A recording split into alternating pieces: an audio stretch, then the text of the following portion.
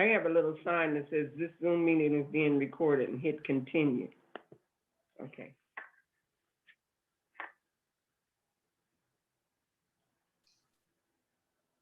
Good afternoon, everyone, and thank you for joining us today. We'll be starting in just a minute. Good afternoon.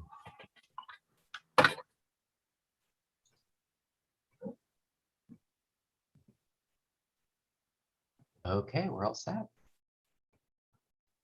Good afternoon again. My name is Angela LeBlanc-Ernest, and I'm the director of the OCS project and a community partner with the UCI Black Panther Oakland Community School Community Archives, Activism, and Storytelling Research Cluster.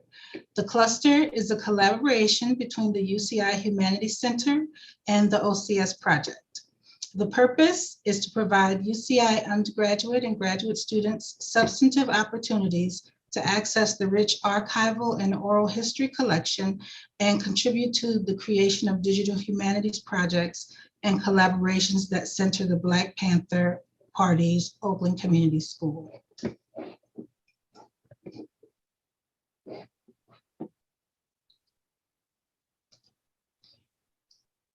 This summer, we're in the middle of a 10-week fellows program with 8 undergraduate students and 2 PhD students, both of whom are assisting with today's event. This is the second of 2 summer panels designed to present nuanced perspectives of the Black Panther Party's Oakland Community School. While the first used a multidisciplinary approach, today's panel will present OCS from an insider perspective. For more information about the cluster, please visit the UC Irvine Partnership page of the OCS Project website at www.theocsproject.org. Today, I welcome our 2 guest speakers. Gayle Asali Dixon is an ordained minister who was born in Berkeley, raised in Oakland, California. In 1969, Gail Dixon moved to Seattle, and while there, started volunteering with the Seattle, Washington Free Breakfast Program. Soon thereafter, in 1970, she joined the Black Panther Party. In 1972, she and other party members responded to national headquarters' call to relocate to Oakland for the party's Oakland, a Base of Operations campaign, the focus of which was to take over Oakland's government, make it responsive to the community's needs, and ideally replicate that model across the country. Initially, Dixon was assigned to childcare and then was moved fairly quickly to the Black Panther Party newspaper to work in the graphic art department once they discovered that she had artistic talent. In 1974, she transferred to the Oakland Community School and worked there until 1976. Soon after arriving, she created the OCS logo. After she left the party in 1976, she returned to school to finish her art degree. In 2010, she found a studio within which to work and expand her art style. She retired from employment in 2016 and continues to hone her craft and personal artistic style. During this time, she also has been a substitute teacher in the Oakland Unified School District. Her recent community projects include an elementary school, the Golden Gate Library, the African American Museum and Library, the Oakland Museum of California, the DeYoung Museum, gallery exhibits, and most recently as a consultant on the mural commissioned by Jill Christina Vest, honoring the women of the Black Panther Party. Gregory B Lewis is an Oakland native. He is the son of 2 former rank and file members of the Black Panther Party. In 1970, he was essentially born into the Black Panther Party and was one of a small class of original students, most of them children of Panthers who attended the Oakland Community School from its initial conception as the Intercommunal Youth Institute in the 1970s. Gregory and his family remained in the BPP until his parents' abrupt departure from the organization in 1979. Following the departure from the BPP, Gregory attended public school in Oakland and Hayward, eventually graduating from high school when he was 16. Gregory played sports in high school and at San Francisco State, and lettered at San Francisco State in wrestling and football. In one of Gregory's film classes, a seminal moment occurred after he shared a story with his screenwriter instructor based on Gregory's experience in the party, when the screenwriter instructor asked if that was Tupac's story.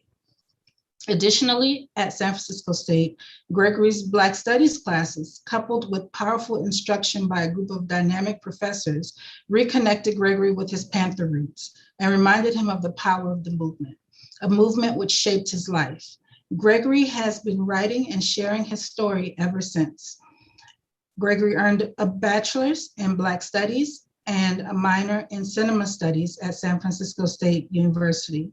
He went on to earn a JD at New College School of Law. Gregory is the proud father of 3 grown children. And unfortunately, I think I will butcher the names. Survey Nava Lewis, Chenoa Zazen Lewis, and Samaya Sage Lewis. His youngest child, who is currently a freshman, enrolled in the UCLA School of Theater, Film, and Television. He has worked as a mentor, paralegal, adjunct instructor, and coach, and is currently the varsity wrestling coach at Albany High School. Gregory is also a writer, currently working on his memoir titled Power to the Children, Writing from the Life of a Panther Cub, and has been known to play the guitar and sing his special brand of original blues and funk for family and friends. So at this time, I turn over the mic to our distinguished guests who will briefly present their ideas, after which they will participate in conversation with myself and each other. Asali, you may go first. Thank you. Thank you, Angela, and thank you, everybody who is attending. I appreciate this opportunity to talk about myself and my time in the Black Panther Party. I guess I should start just a little bit of background.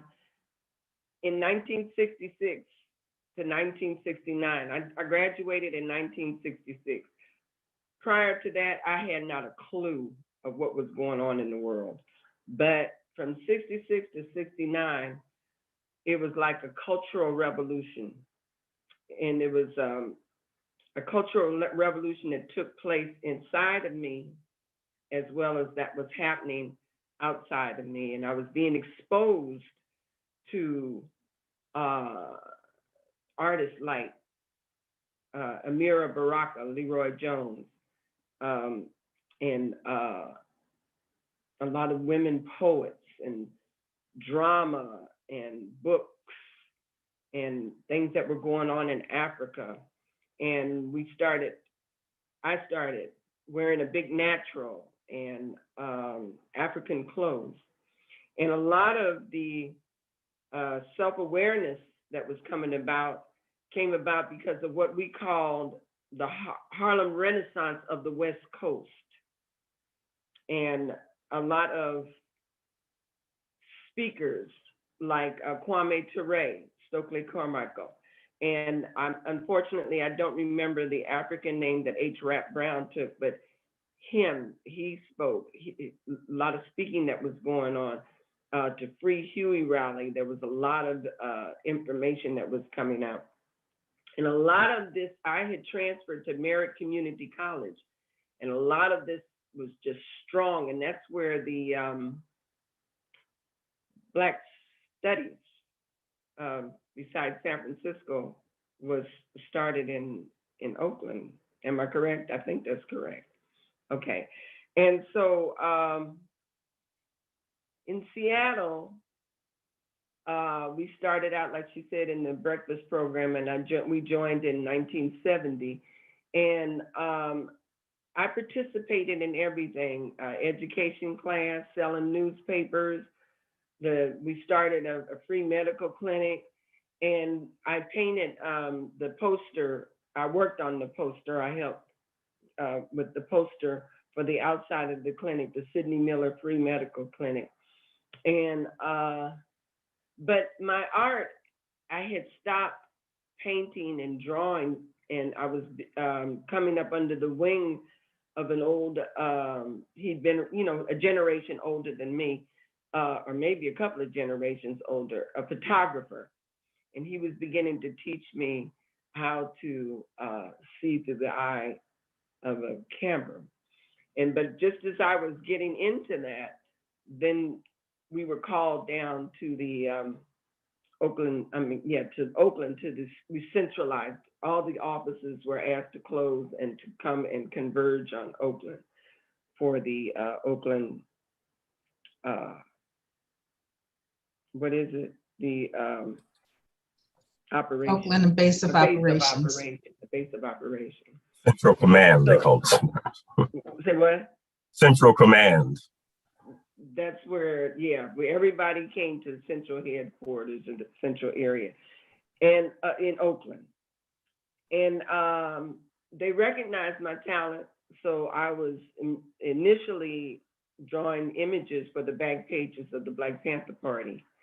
And my focus was on women and children, even though I didn't realize it at that time. And I was the only female artist from 72 to 74. And, but then, and primarily my art focused on the survival programs and the campaign to elect Bobby Seale for mayor and Elaine Brown for council, city council. And the survival programs, it was the 10-point platform. And I guess you can say it was a form of education. And it was like telling people, this is what you deserve. You have a human right to food, clothing, and shelter. And to be cared for, taken care of, and to be cared for as a human being. And so the images were designed to expose what is, that this is not happening, but this is your right. And to encourage people to vote, to register to vote, and to start becoming involved politically and demanding their human rights. And so we registered. That was a major thing, because we registered so many people in Oakland that it scared the opposition party. It scared them. And what else scared them is that we garnered 46% of the vote. And Oakland had been a KKK hold. Oakland had was just gone rampant with discrimination, disenfranchisement, redlining of real estate. They just did what they were doing, what they wanted to do in the interest of white supremacy. And then the Black Panther Party came on the scene talking about self-defense. We're not gonna have all this harassment and brutality in our community, and we want to demand some things from the federal government and guarantee our right to exist as human beings in decent housing and have food and clothing and medical care. And that took everybody out. And we decided we were going to do, one way we were going to do it was through the vote. Scared everybody. But it woke up Oakland. Oakland woke up. And so after the campaign, the school now was coming into being. And education as a value, a family value, has always been part of my family. And so I requested to be transferred to the Oakland Community School. And there I was a teacher for preschool. And now I use my art as a tool differently. Now I use my art as a tool to teach children values of community and sharing. And I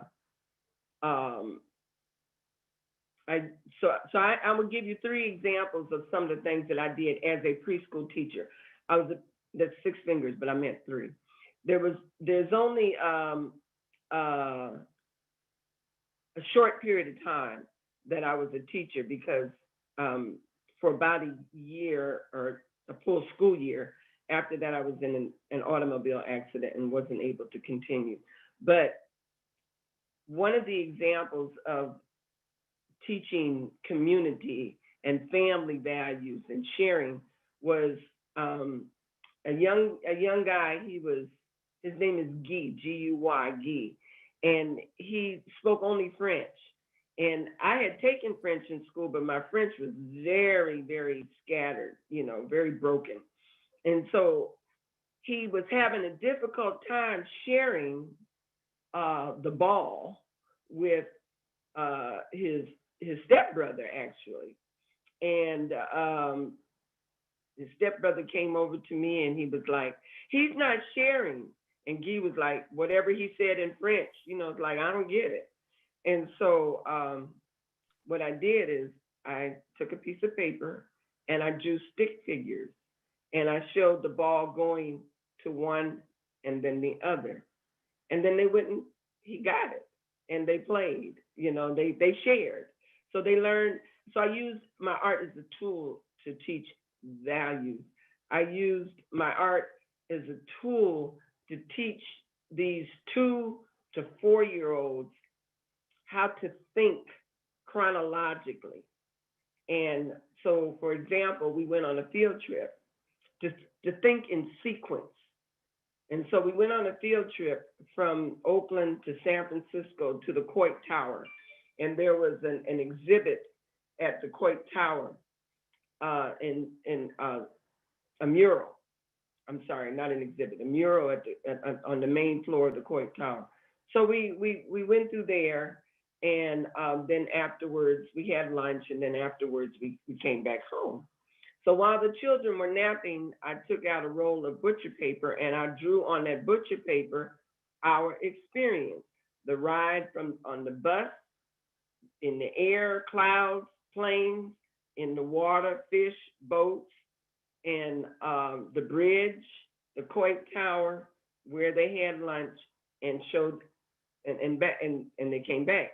So when they woke up, we all sat down and we told the story. Me and them, we told the story.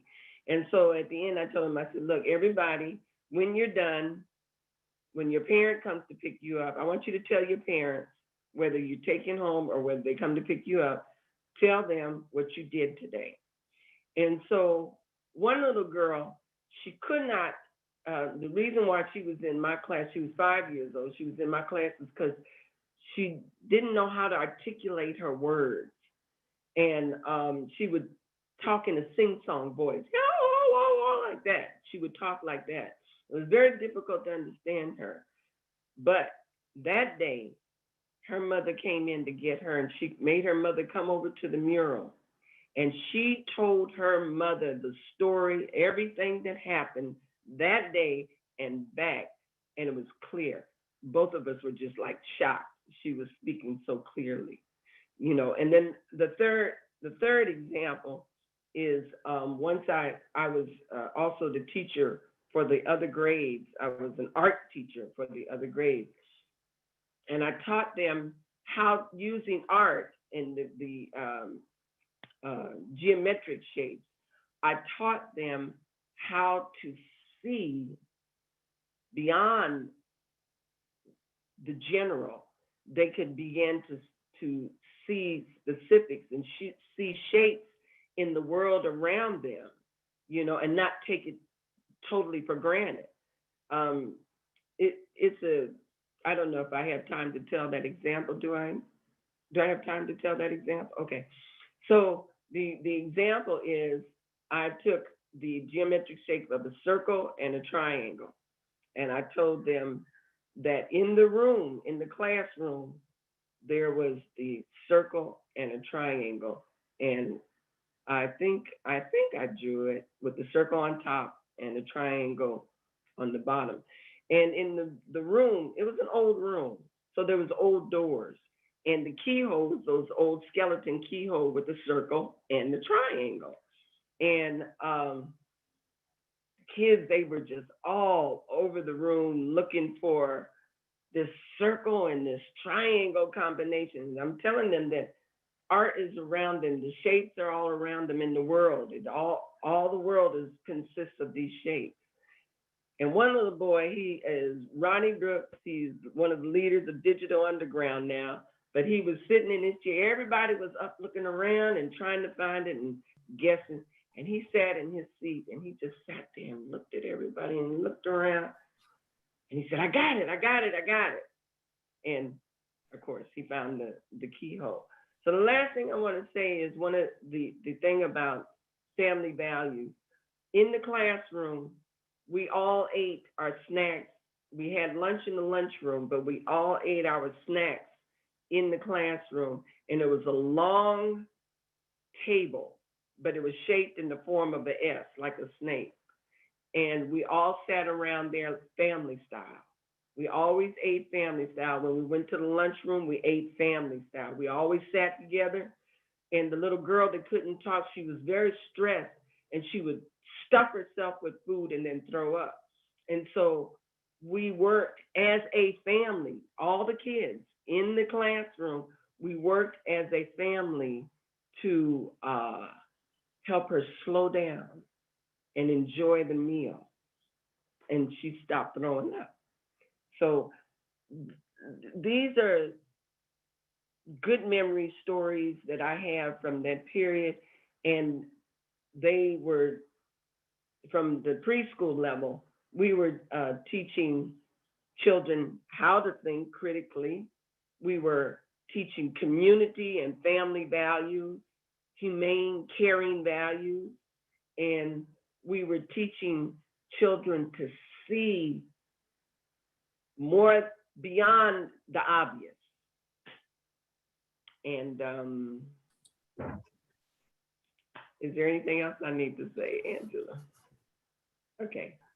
No, thank you, Asali, for sharing those examples of not just your life, but what the OCS classroom experience was like from your perspective as a teacher. And so now I'd like to transition to Gregory so you can talk to us about your life and also about your experience as an OCS student. Yeah. Hello, everybody. You can hear me okay, right? Yes. Hey, Miss Asali Dixon, Miss Gail. I love hearing you speak. It's amazing what the Panthers have done to us children who went to the school, because I was getting educated again as I sat here and listened to Gail remind me of stories that I was in the classroom when Ronnie found the circle and the triangle, and I was mad that I didn't do it. You just I forgot all about that. I had forgotten about that moment. But just by way of background leading up to that, and you also reminded me that I never knew Oakland without the Black Panther Party. So my experience was so different, and I really was thinking as you were talking about it, because my mother and father were both born in Oakland, and so the Oakland that they saw before they joined the party, you know, as you mentioned about the KKK references and all that, you know, I remember my grandfather and my grandparents who came here from New Orleans to work in the shipyard in Alameda, and essentially got pushed around Oakland from West Oakland, which was initially mostly white folks, and then Black folks came to work on the docks and work at the shipyards during World War II. And then they pushed them out towards East Oakland, where my family and where my mother and my foundation began. So I'm on the flip side of Miss Gail, and I am an Oakland native. And like I said, I do not know this city without the Black Panther Party. So a little background: I was born in 1970. I sometimes look at numerology, and my birthday is January 9th, 1970, 1970. So in many ways, I think I may epitomize a lot of kids who were born in 1970.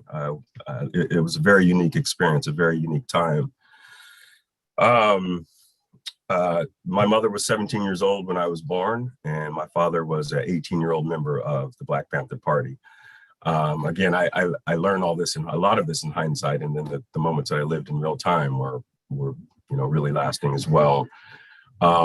So essentially I was born to a 17-year-old single mother in 1970, which, at that time, there wasn't, that was basically a setup for failure, if you will, the way that American society is built and the way that it's still built.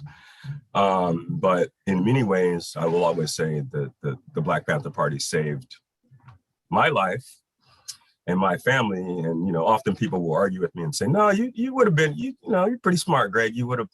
And I think they underestimate that early foundation of education. So, I don't know when I started school, because I felt like I was always in school from the time I was born. I was born reading, if you will. And that kept manifesting through moments of my life. And, my earliest memories at the Black Panther Party school are some of the moments that Miss Asali is talking about, which is the communal moments of sitting around in a circle with your classmates, sharing, across as Gail mentioned, just sharing across languages. Guy Nadeau was, who she mentioned, was actually my age and one of my classmates, but we were in different classes because of his English issues. And we didn't make fun of, the way Guy talked. We didn't make fun of his language. We knew we had problems communicating, and we all wanted to find a way to break through the barriers. And, as kids growing up, there were so many moments with, I was always thinking about the girl who threw up. We had one of my classmates, Fred Ware, who had a nervous reaction that caused all of his hair to go out. And this is at a time when everybody had big ass afros, excuse me, but everybody had big afros. And Fred's, whatever his stress condition, I think it might've been alopecia, but it was also, I think, brought on by stress. And so he was completely bald. And we never, it wasn't something to make fun of him. And in fact, if we heard someone making fun of someone, our movement was to often correct it. So here I am, born to this single mother, starting to funnel and grow up in this very communal organization. I mean, initially, as I look back on it now, I just felt like I was at daycare. I was at preschool. I didn't realize what our parents were doing around us at my very early ages. I did not realize until I was like 5 or 6. And then I became much more aware of the tension in Oakland. We were, my mother and my stepfather eventually, when they got married, they always say, watch out for this. Someone's following you. Someone, they would tell me to not be so. Let's say they take me to a protest downtown. Don't smile for the cameras. Don't. The FBI is watching you. And I thought my parents were crazy until the COINTELPRO papers were released, and I'm like, wow. So the environment, it was a very protective environment, but we were also very aware of the forces that we were up against. And so we bonded in the classroom. The way that the Panthers worked is that eventually those of us who were children of Panthers, very close members. Gail mentioned Ronnie Brooks, who's Money B of Digital Underground. I know him as Ronnie. Mai Huggins, who's the daughter of Erica Huggins and John Huggins, the dearly deceased John Huggins, and Geronimo Clark, the son of Nathaniel Clark, Erica Brown, the son of daughter of Elaine Brown. All of these kids were part of, and Lorraine Banks, and all of these kids were part of my home network, because we had a dorm environment, and then my school network. So there was a seamless connection with both of those worlds, especially early on at the Oakland, would eventually become the Oakland Community School. And so we often brought our schoolwork home because we were there together working on it. And that's the environment that I grew up around. I didn't have mom and dad, right around the corner, but I had Miss Asali Dixon, I had Haven, I had Steve McCutcheon, I had James Mott, I had all of these various, I don't know, I won't call them mentors, I call them family, who made sure I kept on task, made sure I understood my talent, made sure I understood my worth. And we're talking at 2, 3, 4, 5 years old. And so that's when I dial back and tell people, don't underestimate the value of that early education, and I see studies, by various educators and whatnot that point to the value of that now, but I personally experienced it. And, through that experience, there was never any problem for me to state my piece, to have a conversation, to listen to other people, to share. And the Oakland, the community school was just a completely dynamic environment, especially as it kept growing. Like I said, from essentially someone's backyard down the street from my grandmother's house in East Oakland to the eventual former church that became what I called it was our sanctuary, because the neighborhood around it was rough. It was no joke, but there was something about the way the school was centered and if you will, the glow that emanated from that school that really kept us very safe. And I just remember, each day as if it was yesterday. I mean, we would get roused up in our dorm about 6 a.m. in the morning, whatever time it was. All the kids had to wake up. All the boys were in one room, girls in the other room, and we shared like 2 or 3 bathrooms, and it was just all organized in such a way. At least we thought it was. I'm sure the parents were like, "This is hell," but it was organized in such a way that we went from the dorms, we brushed our teeth, combed our hair, did our thing, and then went down to catch the bus. The school bus that was driven by one of the Panther members, we had access to school buses for reasons that the parents will know. I don't know, but we had access to these buses, and so we, all these mornings, all of us file down in order, in height order. We kind of emulated some of the paramilitary ideas of the Panthers they were working with. And then we filed our way into school together, cheering on the bus, excited. And the way the day started, we go into like I said, the sanctuary playground, and we start our day with exercise. And it would be, Steve McCutcheon or James Mott or one of the moms, Haven, leading us in exercise to start our day, 25 jumping jacks, 10 push-ups. And that actually developed a very, very early, I wouldn't even say interest in working out or exercise, but it fulfills me, right? It's something that I think is should be an important part of everyone's lives. And essentially that started with the Black Panther Party. I never thought about it in that way, but that's how our day started. And then we'd all go have breakfast, and then we all file after exercise. We'd all file into the cafeteria, and as Gwen said, it was always communal. We sat where we want to sit, but no one sat alone, unless they wanted to. Sometimes I wanted to, but no one sat alone, and we shared breakfast together. So just think about that dynamic. We've already gone from home to exercise, and now we're sharing breakfast. And this is all before the first class. This is all before school starts. And that was how our day started. That was how every day, Monday through Friday, from the time I was 1 to the time I was 9, started of my life. It was a routine that I loved and I deeply cherished, and I deeply missed it when we did leave the organization. And throughout this time at the school, my mother, who was 17 when I was born, continued her education. She eventually went on to get a master's and become a teacher.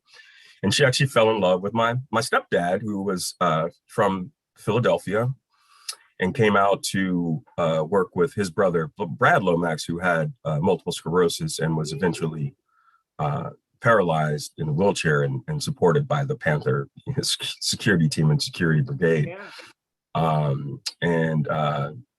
Pam and Glenn, ultimately fell in love, and they're still together. They're still together to this day.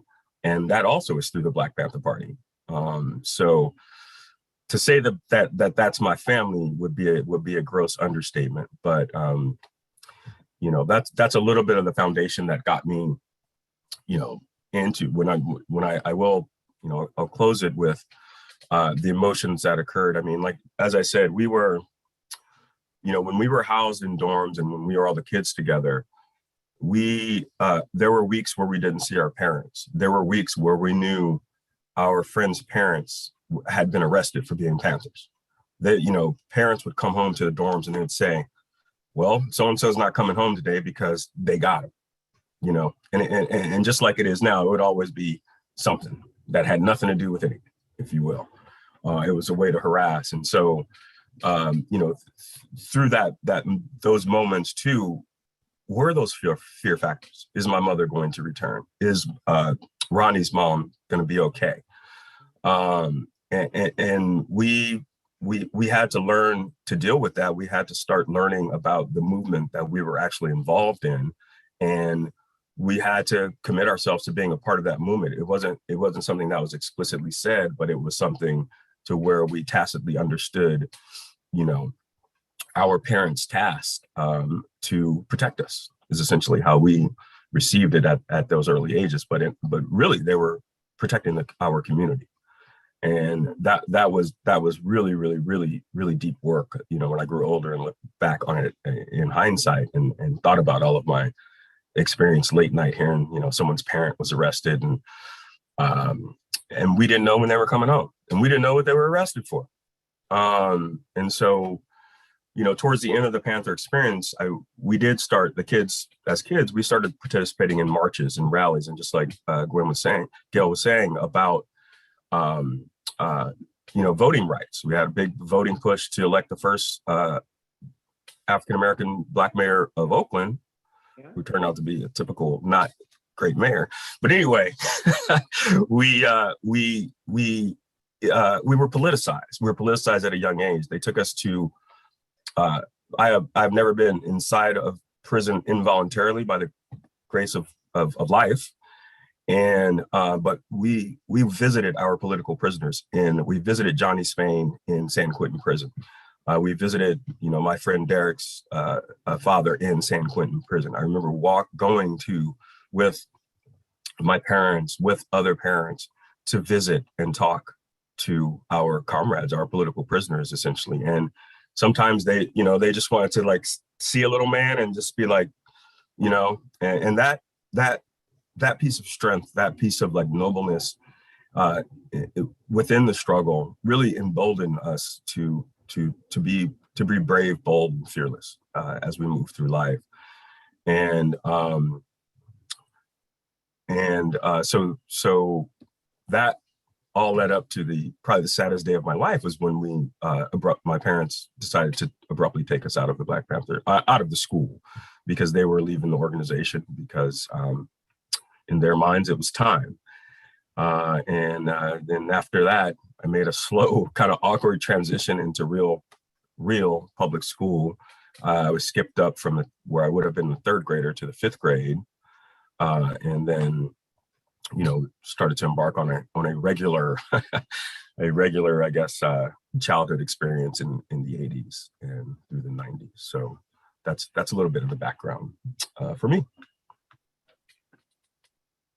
Thank you, Gregory, for sharing so much detail. And I think you did I appreciate that you spent the time to really tease out the community, the sharing, the family nature of the OCS experience, because that's something that a lot of former teachers, students, staff, parents all talk about when I'm doing interviews with them. Those are keywords. Love is one of the major words that they also talk about, because people, when they think about the Black Panther Party, they forget the N, which is for self-defense, and they wonder, why did people take on such threats to their lives, to their families, and why did they work those 24-hour shifts? Why did they put their children in one place separate from where they were? And one of the things that I realize is that it's hard sometimes for people to understand that rooted in activism and community commitment is love for the people, a love for justice, a love for righteousness, and a passion. And so I really appreciate both your stories that you shared, because you showed us how your lives and your passions tied into your experiences. And I guess what I would like to do while we're waiting for a question from the audience is to ask each of you to tell us what you think is important for the world to understand about your Oakland Community School experience. And Gregory, you touched on it a little bit, but can you tell us a little bit about what that transition was for you when you realized that what you had at Oakland Community School was actually different from what else there was, especially since you were born into it. And yes, you had community members, non-BPP children that were at the Oakland Community School in the later years from that 73 to 82 period when it closed. But what did it really mean for you to make that transition as a student? And Asali, if you could take a minute and let us know how that Oakland community experience influenced how you move through life with your own children, with your own education. Mm-hmm. You want me to go first? Sure, Okay. you can go first. Okay. All right. First, I'd like to comment on Gregory, what he was saying, if you don't mind. He said it was exciting. He was excited about going to school. What a concept. Think about that. I'm looking forward to going to school because I'm looking forward to learn, and exercise helps. The daily routine of exercising in the morning helps create a self-discipline that we were creating in the children starting at an early age. And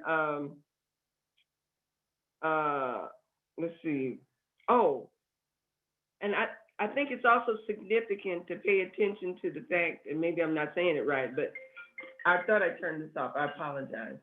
I think it's significant to note that when he left the Oakland Community School, he was placed at the 5th grade level.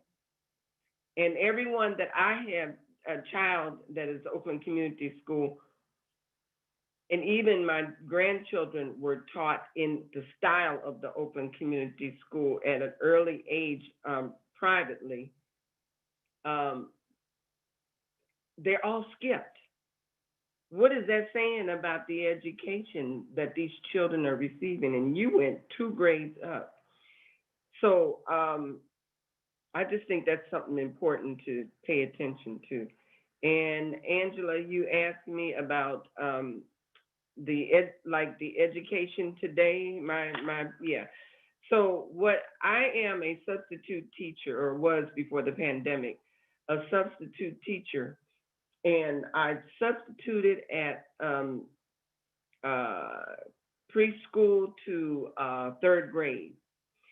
And what I noticed that did not happen during the time of the Black Panther Party, when we were teaching children how to think and not what to think, the children today are taught to a test, a standardized test. They're taught what to think,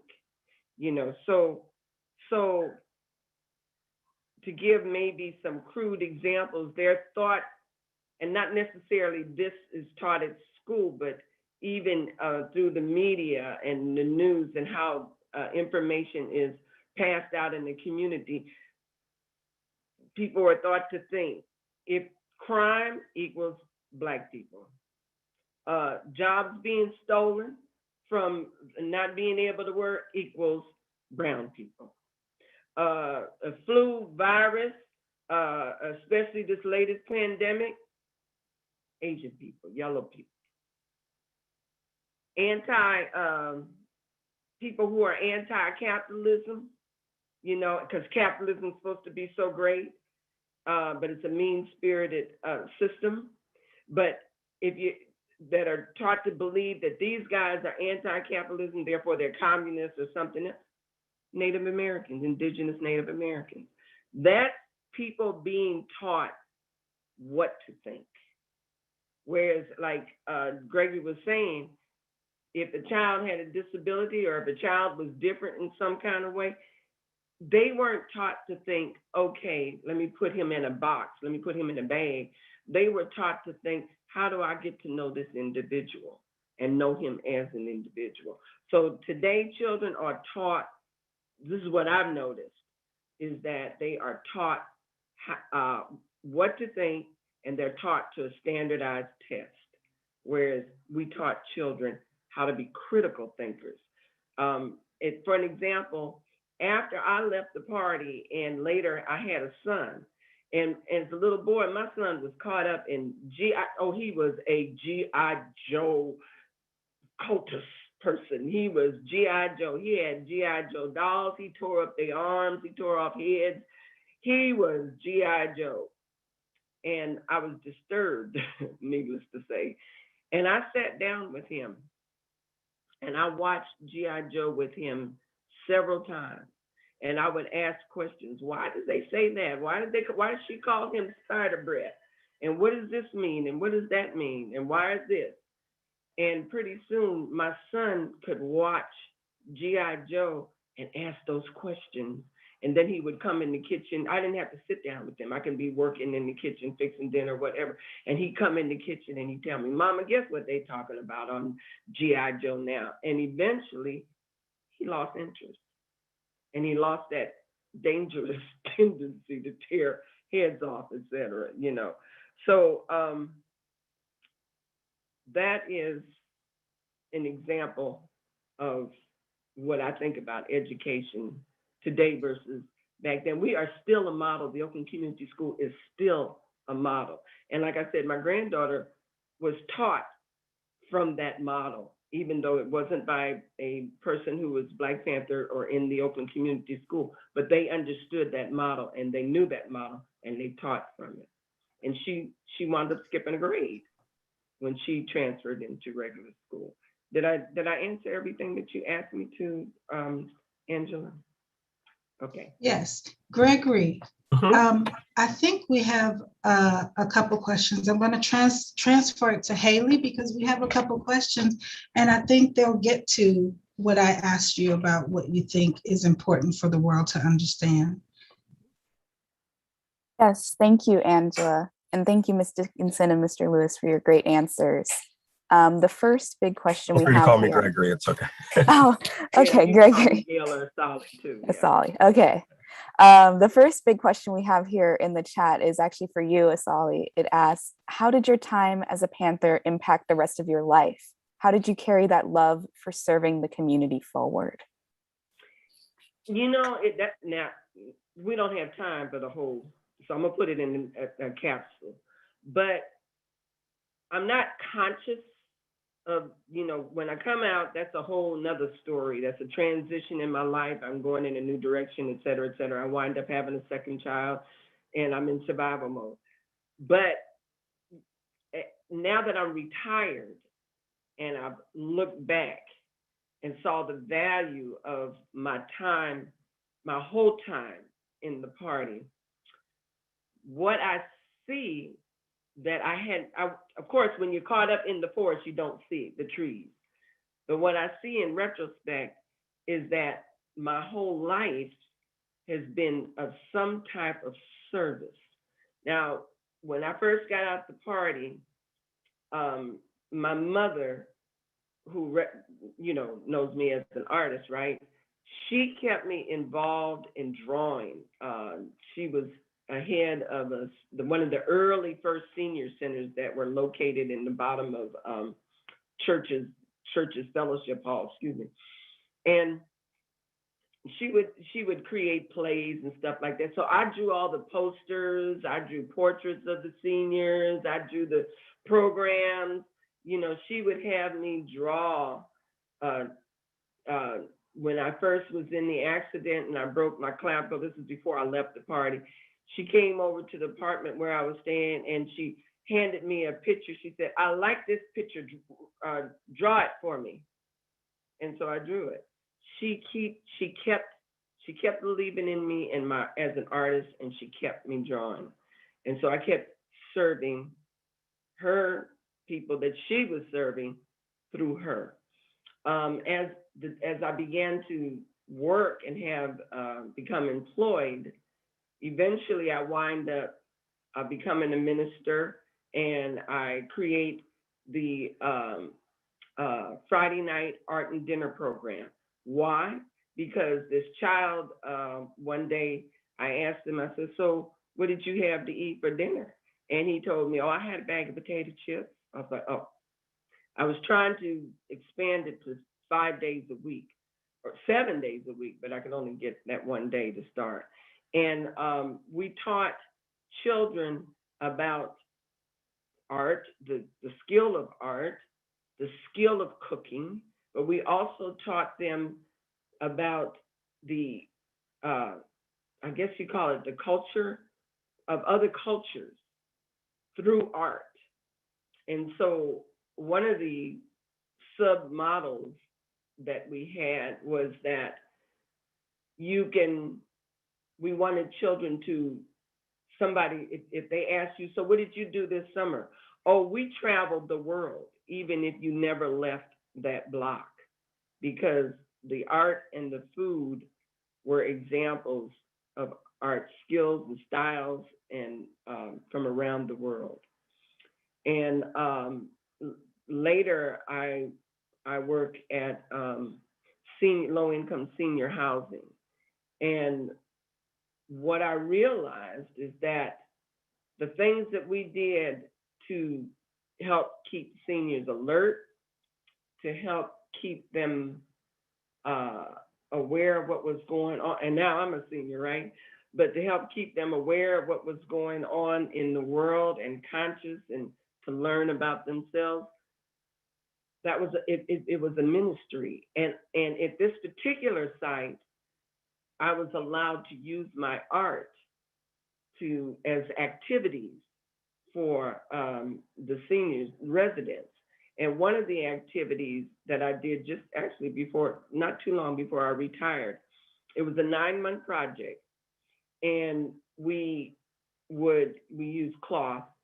And what we did is I took 9 episodes out of their lives and asked them to just use whatever art material that I had, beads, magazines, paint brushes, to illustrate that part of their life.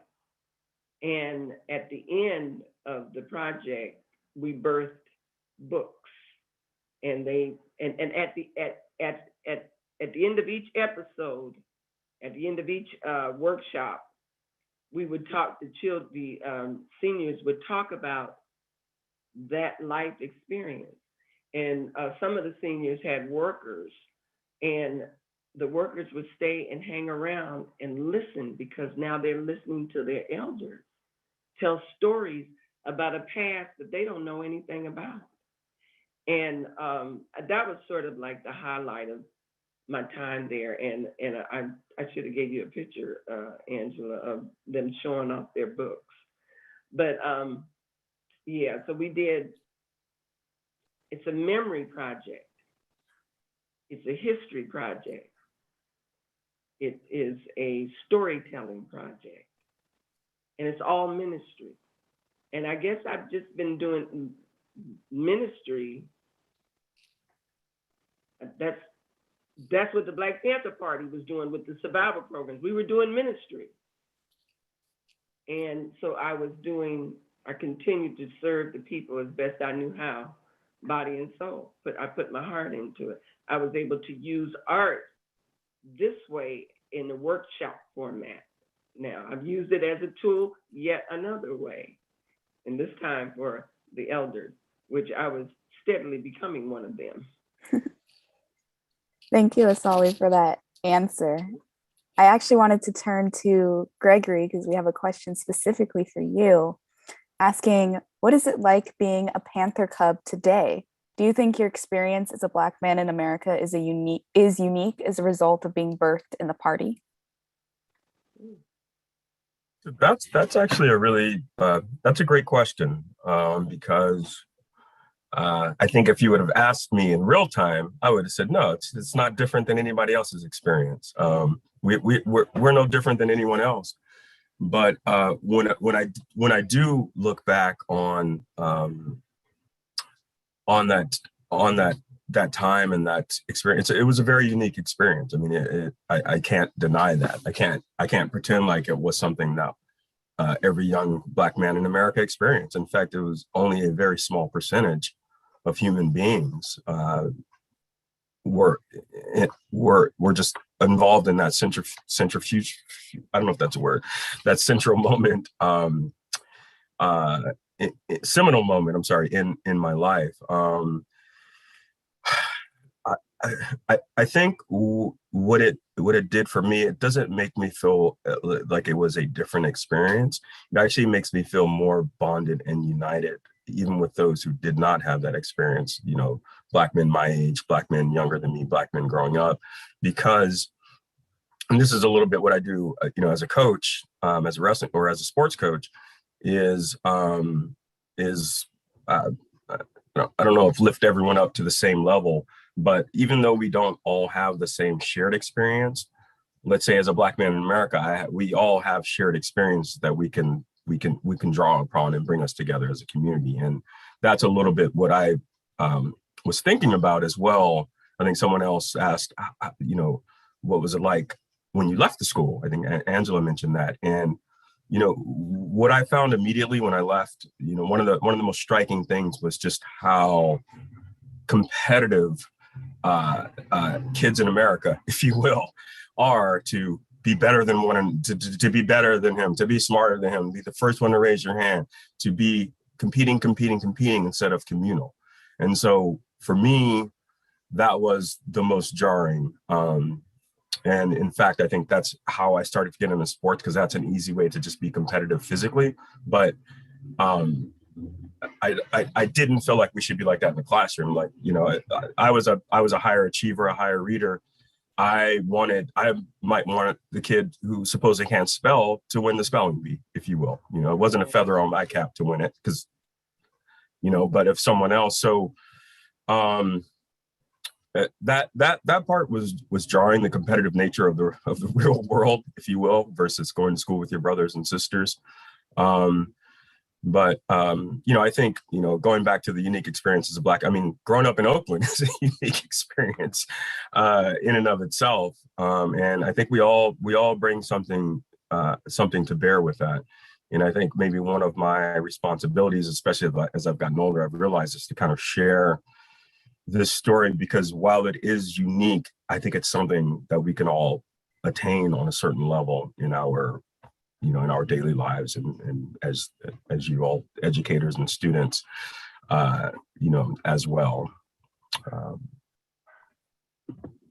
Thank you, Gregory, for that answer. I hope it answered the audience member's question.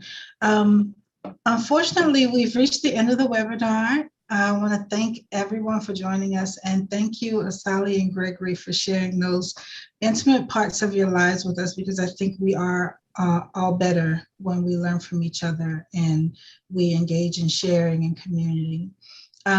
Before we leave, I just want to announce that on Monday, August 23rd, the OCS Research Cluster Fellows will showcase their work and experiences from this summer's involvement in the archival material. The Humanities Center will send more information as we get closer. So again, thank you everyone for joining us, and thank you, Asali and Gregory. Thank you, Angela. Thank you all. Thank you. Bye.